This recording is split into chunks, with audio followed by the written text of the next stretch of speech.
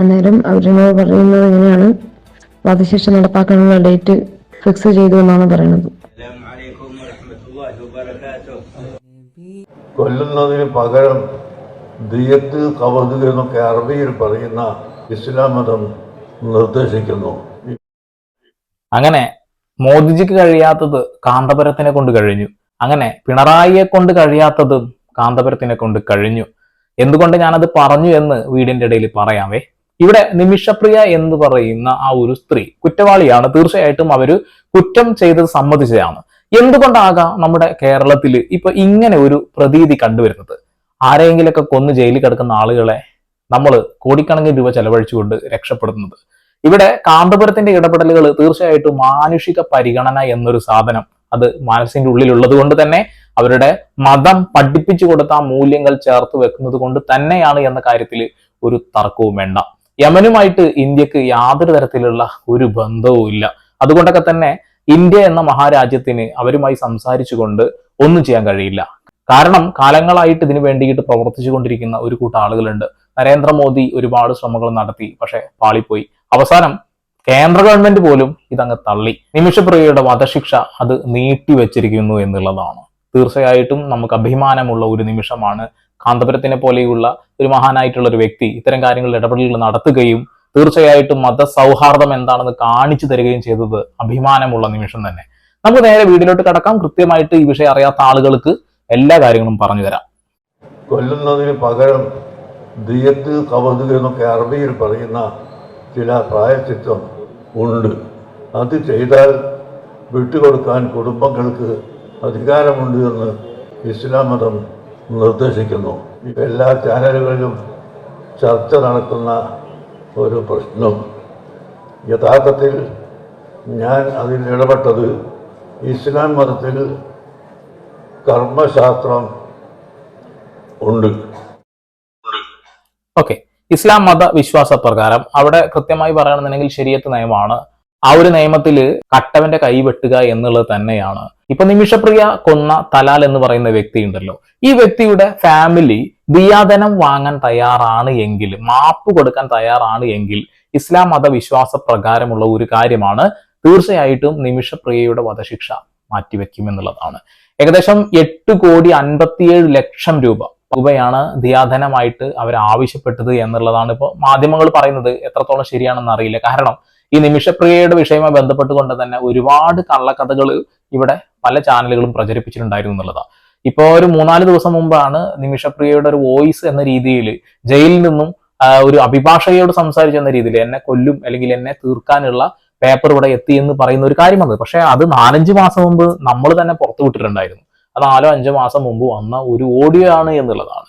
അവർക്ക് രക്ഷപ്പെടാൻ ഒരു പഴുതുമില്ല. സത്യം പറയാച്ചിട്ടുണ്ടെങ്കിൽ ഒരു മനുഷ്യനെ അതിദാരുണമായിട്ട് കൊന്ന് വെട്ടി നുറുക്കി കഷ്ണങ്ങളാക്കിയിട്ട് വാട്ടർ ടാങ്കിൽ നിക്ഷേപിച്ച ഒരു വ്യക്തിയാണ്. അതുകൊണ്ട് തന്നെയാണ് ഈ വാർത്ത കേൾക്കുന്ന ആളുകൾക്ക് നിമിഷപ്രിയയോട് താല്പര്യക്കുറവ് വരുന്നത്. ബോച്ചെ ഇടപെടലുകൾ നടത്തിയെന്ന് നിങ്ങൾ കേട്ടു.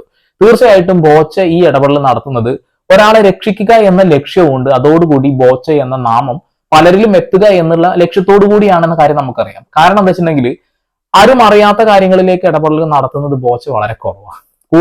കൂടുതൽ മാധ്യമ ശ്രദ്ധ കിട്ടുന്ന കാര്യങ്ങളിലേക്ക് ഇടപെടലുകൾ നടത്താനാണ് ആൾക്ക് താല്പര്യം എന്ന കാര്യം നമുക്കറിയാം. ഓക്കെ, നമുക്ക് നേരെ കാന്തപുരത്തിന് പറയാനുള്ള കാര്യങ്ങൾ ഒന്ന് കേട്ടു നോക്കാം.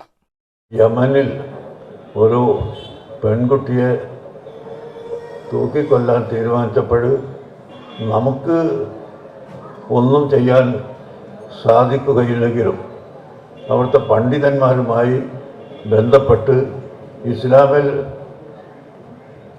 കൊല്ലുന്നതിന് പകരം ദിയത്ത് കവത് എന്നൊക്കെ അറബിയിൽ പറയുന്ന ചില പ്രായശ്ചിത്തം ഉണ്ട്. അത് ചെയ്താൽ വിട്ടുകൊടുക്കാൻ കുടുംബങ്ങൾക്ക് അധികാരമുണ്ട് എന്ന് ഇസ്ലാം മതം നിർദ്ദേശിക്കുന്നു. ഈ കാര്യം ഞങ്ങൾ അവിടെയുള്ള ആളുകളെ ബന്ധപ്പെട്ട് ജഡ്ജിമാരോടും കുടുംബങ്ങളോടും സംസാരിക്കുകയും അതിൻ്റെ ചർച്ച ഇപ്പോഴും അവിടെ നടന്നുകൊണ്ടിരിക്കുകയുമാണ്. കുടുംബക്കാർ മുഴുവനും സമ്മതിക്കാതെ വിട്ടുകൊടുക്കാൻ കോടതിക്ക് അധികാരമില്ല. അതുകൊണ്ട് വീട്ടുകാർ മുഴുവനും സമ്മതിക്കുമോ ഇല്ലേ എന്ന ചർച്ചയിലാണ് ഇപ്പോൾ അവിടെ ഉള്ളത്. തീർച്ചയായിട്ടും ആ ചർച്ച ഫലം കണ്ടു. 16-ാം തീയതി അവരെ വധശിക്ഷ വിധിച്ചതായിരുന്നു. അവരത് നിർത്തിവെച്ചു എന്നുള്ള വാർത്ത നമ്മൾ കേട്ടു, അല്ലെ? അപ്പോ ഈ ഒരു വിഷയത്തിൽ എന്തുകൊണ്ട് കാന്തപുരത്തിന്റെ വാക്കുകൾ അവർ കേൾക്കുന്നു? അത് ഇസ്ലാം മത പണ്ഡിതനായതുകൊണ്ട് തന്നെയാണ്. അവിടെയുള്ള പണ്ഡിതന്മാരോട് സംസാരിച്ചുകൊണ്ടാണ്, ഇങ്ങനെയുള്ള ഖുറാനിലുള്ള ഇത്തരം കാര്യങ്ങൾ ചൂണ്ടിക്കാണിച്ചുകൊണ്ടാണ് ഈ ഒരു വിഷയത്തിൽ നിമിഷപ്രിയയുടെ വധശിക്ഷ അവിടെ റദ്ദാക്കിയിട്ടല്ല, നിർത്തിവെച്ചിരിക്കുകയാണ്. ഇനി ഒരു അറിയിപ്പ് ഉണ്ടാകുന്നത് വരെ അത് നിർത്തിവെച്ചു എന്ന് തന്നെയാണ് അറിയാൻ കഴിഞ്ഞിട്ടുള്ളത്, അല്ലെ? അപ്പോ എന്തുകൊണ്ടാണ് ഞാൻ നേരത്തെ പിണറായി വിജയനെ കൂട്ടി പറഞ്ഞെന്ന് കേട്ടോ? അത് ഞാൻ പറഞ്ഞുതരാം. പിണറായി സർക്കാരിന്റെ ഭാഗമായിട്ടുള്ള നമ്മുടെ വി ശിവൻകുട്ടി മദ്രസ പഠനം അത് നിങ്ങൾ വേണമെങ്കിൽ നടത്തിയാൽ മതി എന്ന് പറഞ്ഞുകൊണ്ട് ഇവിടെയുള്ള സ്കൂൾ സമയത്തിൽ ഒരു മാറ്റം വരുത്തിയിട്ടുണ്ട്. ജനാധിപത്യ രാജ്യത്ത് ജനാധിപത്യ വിരുദ്ധമായിട്ടുള്ള ഒരു കാര്യം തന്നെയാണ് അത് എന്ന് ഞാൻ നെഞ്ചത്ത് കൈവച്ച് പറയുന്നു. ഞാനൊരു കമ്മ്യൂണിസ്റ്റുകാരനാണ്. ഒരു പക്ഷേ വി ശിവൻകുട്ടിയുടെ ഇത്തരം തീരുമാനങ്ങൾ ഒരു പക്ഷേ കമ്മ്യൂണിസ്റ്റ് സർക്കാർ കേരളത്തിന്റെ ചരിത്രത്തിൽ അവസാനത്തെ സർക്കാരായിട്ട് മാറാനൊരു സാധ്യത കാണുന്നുണ്ട്. കാരണം മുസ്ലിങ്ങളായിട്ടുള്ള ഒരുപാട് സഖാക്കന്മാര് കൊടിയും പിടിച്ച് നടക്കുന്നുണ്ട്. അവരുടെ മക്കളൊക്കെ കൃത്യമായി മദ്രസയിൽ പോകുന്നവരാണ്. എല്ലാവരും നിരീശ്വരവാദികളല്ല എന്നൊരു കാര്യം മനസ്സിലാക്കുക. ഇവിടെ കോൺഗ്രസ് എന്ന് പറയുന്ന രാഷ്ട്രീയ പാർട്ടിക്ക് വളർന്ന് വലുതാവാൻ അവർക്ക് തീർച്ചയായിട്ടും ഈ ഒരു കാര്യം ഉപകാരപ്പെടുമെന്നുള്ള കാര്യത്തിൽ ഒരു തർക്കവും വേണ്ട. ഞാൻ നെഞ്ചത്ത് കൈവച്ച് പറയുന്ന കമ്മ്യൂണിസ്റ്റുകാരനാണ് എന്നുള്ളത്. വി ശിവൻകുട്ടിയെ പോലെയുള്ള ഒരുപാട് ആളുകൾ നല്ല തീരുമാനങ്ങൾ എടുക്കുന്നുണ്ട്. പക്ഷേ നല്ല തീരുമാനങ്ങൾക്കപ്പുറം ഇത്തരം വെറുപ്പിക്കുന്ന തീരുമാനങ്ങൾ എടുക്കുന്നത് ശരിയാണ്. സ്കൂൾ സമയം അങ്ങോട്ടും ഇങ്ങോട്ടും കൂട്ടുന്നതിന് പകരം മറ്റുള്ള കാര്യങ്ങൾ കണ്ടെത്തുക എന്നുള്ളതല്ലേ ചെയ്യേണ്ടത്. അതിന് പകരം കാലങ്ങളായിട്ട് മദ്രസയിൽ പോകുന്ന കുട്ടികളുടെ സമയം മാറ്റം വരുത്താൻ വേണ്ടി ഇങ്ങനെയുള്ള ഊളത്തരങ്ങൾ പറയുമ്പോൾ അതിനെ കൈയടിച്ച് പ്രോത്സാഹിപ്പിക്കുന്ന വിരലിലെണ്ണാവുന്ന നിരീശ്വരവാദികളായിട്ട് കമ്മ്യൂണിസ്റ്റുകാരുള്ളൂ എന്ന് ഞാൻ പറയുന്നു. കാര്യമായിട്ട് പറയാണ്. ഞാൻ എല്ലാ മതത്തിനെയും റെസ്പെക്ട് ചെയ്യുന്ന, എല്ലാ ദൈവവിശ്വാസികളെയും റെസ്പെക്ട് ചെയ്യുന്ന ഒരു മനുഷ്യനാണ്.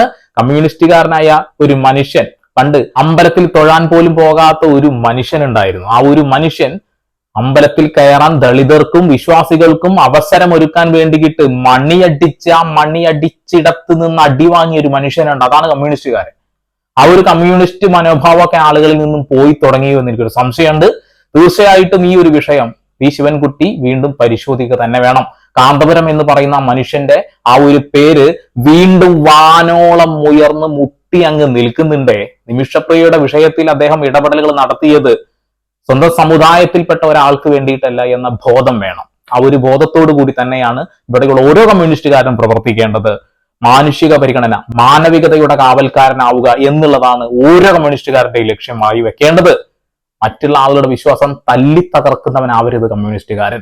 മറ്റുള്ളവരുടെ വിശ്വാസത്തെ കാത്തു സൂക്ഷിക്കുന്നവനായിരിക്കണം കമ്മ്യൂണിസ്റ്റുകാരൻ. ഞാൻ വേറൊന്നും പറയുന്നില്ല. അത് കത്തേണ്ടവർക്ക് കത്തിയിട്ടുണ്ടാവും. നേരെ കാന്തപുരം പറയുന്നതൊന്ന് കേൾക്കാം. ഏതായാലും നമ്മുടെ വാക്കുകൊണ്ട് അങ്ങനെ ഇസ്ലാം മതത്തിൽ സൗകര്യങ്ങളുണ്ട് എന്നും ഇസ്ലാം ഒരു വർഗീയവാദത്തിൻ്റെയോ വർഗീയ പ്രസ്ഥാനത്തിൻ്റെയോ മതമല്ല എന്നും ലോകത്തിന് പഠിപ്പിച്ചു കൊടുക്കലും ജനങ്ങൾക്ക് നന്മ ചെയ്യാൻ ശ്രമിക്കലും ഞങ്ങളുടെ കർത്തവ്യമാണ് എന്ന നിലക്കാണ് ഞാൻ വിഷയത്തിൽ ഇടപെട്ടിട്ടുള്ളത്. ഓക്കെ, നല്ല ഇടപെടലുകൾ തന്നെയാണ്. മറ്റുള്ള ആളുകൾ കൊണ്ട് കഴിയാത്തൊരു കാര്യം അദ്ദേഹത്തിനെ കൊണ്ട് കഴിഞ്ഞു. ആ ഒരു കാര്യത്തിൽ നമ്മൾ തീർച്ചയായിട്ടും അദ്ദേഹത്തിന് സല്യൂട്ട് കൊടുത്തേ ഒക്കുള്ളൂ. ഞാൻ എല്ലാ മതത്തെയും ഒരേപോലെ കാണുന്ന ഒരു വ്യക്തിയാണ്. തീർച്ചയായിട്ടും അവരുടെ മതമൂല്യങ്ങളെ കുറിച്ച് പഠിക്കുന്ന ഒരു വ്യക്തി കൂടിയാണ്.